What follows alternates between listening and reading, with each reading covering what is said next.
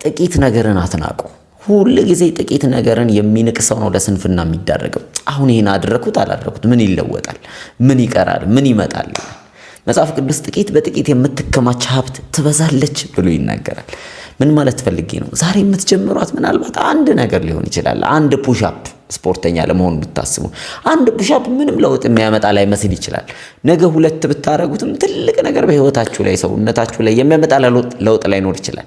ሶስተኛ ቀን ስትደግሙት፣ አራተኛ ቀን ስትደግሙት፣ አምስተኛ ቀን እያደገ ሲሄድ ግን የሆነ ቀን ራሳችሁን ስታዩ ዞር ብላችሁ ለካ ትልቅ እርምጃ ተራምዳችኋል። ለካ ሩቅ መሄድ ጀምራችኋል። መጓዝ ጀምራችኋል። ልክ እንደ ቤተሰሪ ነው። ዛሬ ምናልባት መሬቱን መቆፈር ሊሆን ይችላል የሰራው ስራ። ግን በጣም ብዙ ሰዎች ያቺን መሬት መቆፈር ለውጥ ላያዩ ከፍ ያለ ነገር ላይ መለከቱ ይችላሉ።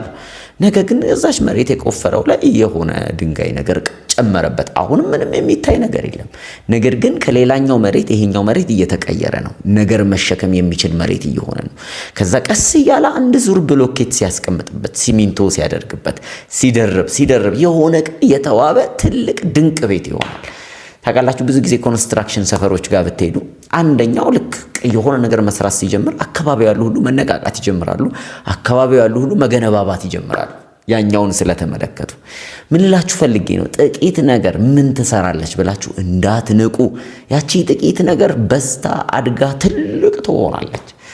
እና አባይን የሚያካክል ትላልቅ ወንዝ በምድራችን ላይ የጀመሩት ከምንድን ነው ብትሉ ከትናንሽ ጅረቶች፣ ፍልቅ ከሚሉ ምንጮች፣ እነዚህ ተጠራቃቅመው ተሰባስበው ወደ አንድ ጅረት ተቀይረው ትልቅ ጎርፍ አገር የሚያቋርጥ ድንበር የሚሄድ አፈር ይዞ ተሸክሞ የሚሄድ ሀብት ይዞ የሚሄድ ትልቅዬ ወንዝ ይሆናል። ጥቂት በጥቂት በምትከማች ነገር እንዳትስሉ፣ ተስፋ እንዳትቆርጡ። ብዙ ሰዎች አንድ ነገር የማይጀምሩት ስለሚንቁት ነው። እቺ ምን ታረጋለች ብለው ነው የሚያስቡት። ነገር ግን እቺ ያልከው ነገር ትልቅ ይሆናል። የጥቂቱን ቀን ነገር የናቀ ማን ነው ይላል ትንቢተ ሐጌ ላይ። ክፍሉን እናንተ ሄዳችሁ አንብቡት። በአንድ ጊዜ 100 ኪሎ ሜትር ለመራመድ አትነሱ። በጣም ከባድ ነው። ወይራው ታረጋላችሁ፣ ትዘላላችሁ፣ ትሞታላችሁ። ነገር ግን 100 ሜትር ለመራመድ ግን ተነሱ። 100 ሜትር በጣም ቀላል ነው። ማንም ሰው ያቺን ማድረግ አይከብደውም። በሚቀጥለው ቀን ሌላኛውን 100 ሜትር አድርጉት። እመኑኝ፣ በኮንሲስተንሲ ውስጥ ራሳችሁን ሳትገሉ፣ ሳትዝሉ፣ ተስፋ ሳትቆርጡ ምናልባት እነዚህን 100 ሜትሮች ተራምዳችሁ በ100 ቀን ውስጥ የምትፈልጉት ቦታ ትደርሳላችሁ።